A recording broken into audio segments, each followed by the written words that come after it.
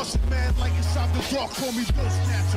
Just the brother for the rapture. I hang glide, holding on strong, hard to capture. Extravagant, resurrect the track and it's militant. And I react like a garden and start killing. It's manifesting. The God's work like appliances, dealing in my sleep like a lot. Yo, what's going on, everybody? It's your boy Naruto Explain here, bringing you guys another Boruto Naruto Next Generations discussion. And today I want to address a big elephant in the room, which is this belief that somehow Masashi Kishimoto is doing something brand new with Boruto's manga by having so much of the story be triggered by Kawaki. I've been seeing this complaint a lot, even before Kishimoto took over the story in chapter 54 of the manga. From the moment that Kawaki got introduced and after all the hype of officially seeing him in the timeline finally settled down, a growing number of people began to take this stance as the months began to go by. They'd say the story's called Boruto, so why is all this stuff happening because of Kawaki? Kawaki shows up and Goro attacks because of Kawaki.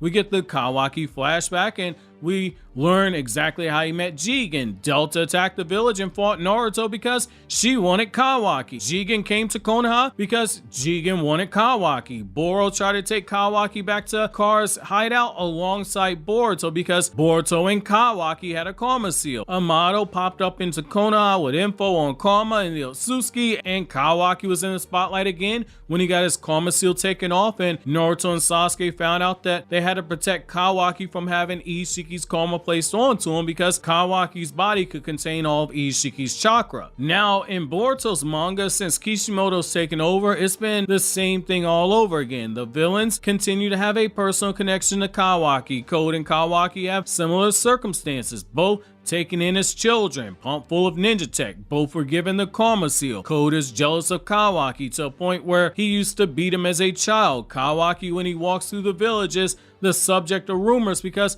the villagers don't trust him. Kawaki was the trigger point for the big battle with Team 7 in chapter 58. Ada was only interested in Kawaki. Amato's plans revolve around Kawaki. People are saying that the manga has been ruined now because of all this focus on Kawaki and not enough focus being placed on Boruto, the main character and the person who the manga's named after. Being honest, this feels like people have nostalgia rose-tinted glasses on right now. That outrage is misplaced, and I'm going to explain to you why in an objective way before I weigh in and I give you my honest thoughts here. What we're seeing right now, this ain't nothing new. Yes, Boruto's a manga does borrow some concepts from Naruto because it's literally a continuation of the Naruto manga, and by Ikimoto's own words, the series was meant to be less about the big explosion jutsu that you saw in part 2, and it was going to be more like part 1 that was heavier on taijutsu and structured, where we've seen Naruto and Sasuke play the Kakashi role, where they've had less than a handful of fights in the manga, and Boruto's team, as they've gotten stronger,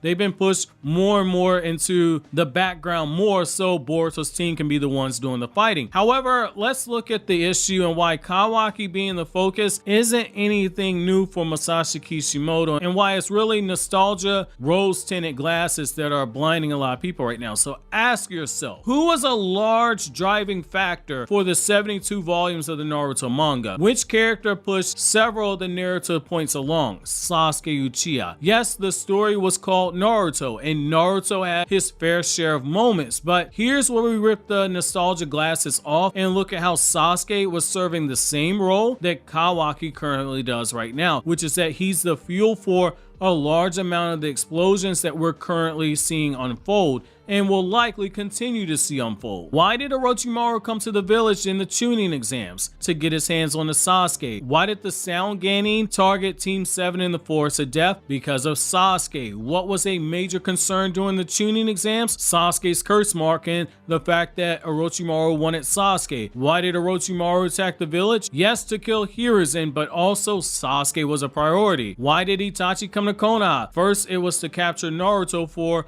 the Akatsuki's goals, but he was also there for Sasuke, something that we learned later on in the series. Part of the reason why Naruto went with Jiraiya to find Tsunade was to bring her back to heal Sasuke after Itachi mentally tortured him. Naruto had already planned to get Tsunade because Kakashi was in bad shape, but once Itachi did what he did to Sasuke, that was added incentive. Why did Orochimaru send the Sound 4 to the village? For Sasuke. Why did Kabuto send Kimimaro to back up the Sound 4? For Sasuke. Why did we have a time skip? Because Jiraiya told told Naruto that there would be 3 years until Orochimaru could take over Sasuke's body. Why did Naruto train so hard during the 2.5-year time skip? Yes, to defend himself against the Akatsuki, but also to bring back Sasuke. Towards the end of the Kazekage arc, information about Sasuke's location via sorcery, saying he had a spy in Orochimaru's hideout, was also revealed. The Tenchi Bridge arc saw Sasuke be the main focus, from Danzo wanting to kill him to Team 7 being revived. When Orochimaru died, Sasuke was once again the focus. The plan for Konoha to capture Itachi was because Naruto saw it as a way to get his hands on Sasuke. Itachi's reveal is a secret hero who had connections to the village that nobody knew. Itachi did all that stuff because he loves Sasuke. The 5 Kage summit was because Sasuke affiliated with the Akatsuki and seemingly captured Killer Bee. The battles at the 5 Kage summit were done because Obito wanted to test Sasuke's capabilities. Sasuke versus Danzo was because of Sasuke's revenge. Naruto wanting power of the Kyuubi under his control was largely due to him saying he needed it to confront Sasuke. Kabuto joined Obito in the war because he wanted Sasuke. Obito manipulated Sasuke because he eventually wanted to link him to the Gidomazu statue in order to replace Nagato as a puppet. The last battle, a good chunk of it, was about stopping Sasuke from ruling the world as a dictator and pulling Sasuke out the darkness. Sasuke pushed the narrative forward quite a bit when we go back and we just look at the manga. I don't give a damn about all the fillers, as you guys know. I don't fuck with Naruto fillers. I haven't seen every canon episode because I prefer the manga. Sasuke's clan was at the center of quite a bit of the major events in the story. We learned more about Sasuke's clan and the lore behind the Uchiha than we did about the fucking Uzumaki. 90% of what we learned about the Uzumaki came from Naruto Volume 53, where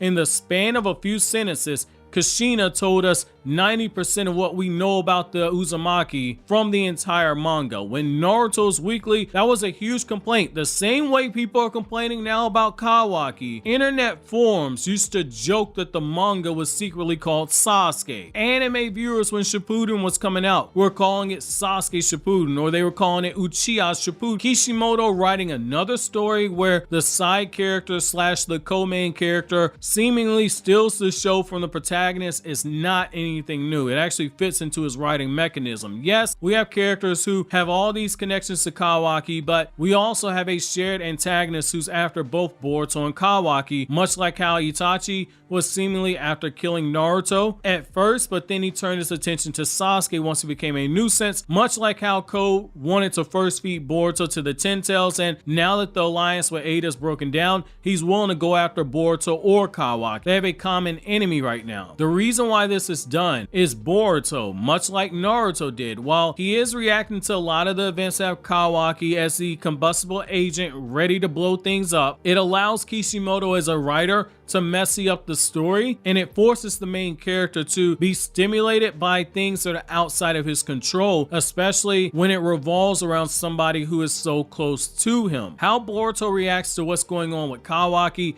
is going to be important in the grand scheme of things, just like it was for Naruto when it came to Sasuke, especially as we get closer to the inevitable split between Boruto and Kawaki. For Boruto, someone who wants to be strong enough to help his friends achieve his goals, he can't help someone like Kawaki without truly knowing who he is, where he came from, and seeing the obstacles that still await him, just as Naruto couldn't bring Sasuke back until he went through enough to actually fully relate to him. It's easy as a new fan, which I know from talking to a lot of you guys in the comment section and DMs over on the Patreon. Boruto is your first manga. There's actually more than I expected of people that just started the series with Boruto. I'm not knocking that. Enjoy the series how you want, but because you have the luxury of binging a series or just starting blind with Boruto versus going through it in real time, week by week in the case of the Naruto manga, which right now for Boruto that's month by month, you don't experience the same annoyance quite a bit of the fandom had back in the day. The manga's called Naruto, but at one point we almost had 70 straight chapters where the majority of the focus was on Sasuke in the manga, and during that time you only had Naruto appear at best for only 1 or 2 pages in some chapters. Naruto is basically in the background the entire time from early 2007 to middle of summer 2008. It was filled with people on forums bitching, making the same complaints I'm seeing right now about Kawaki, which is ironic because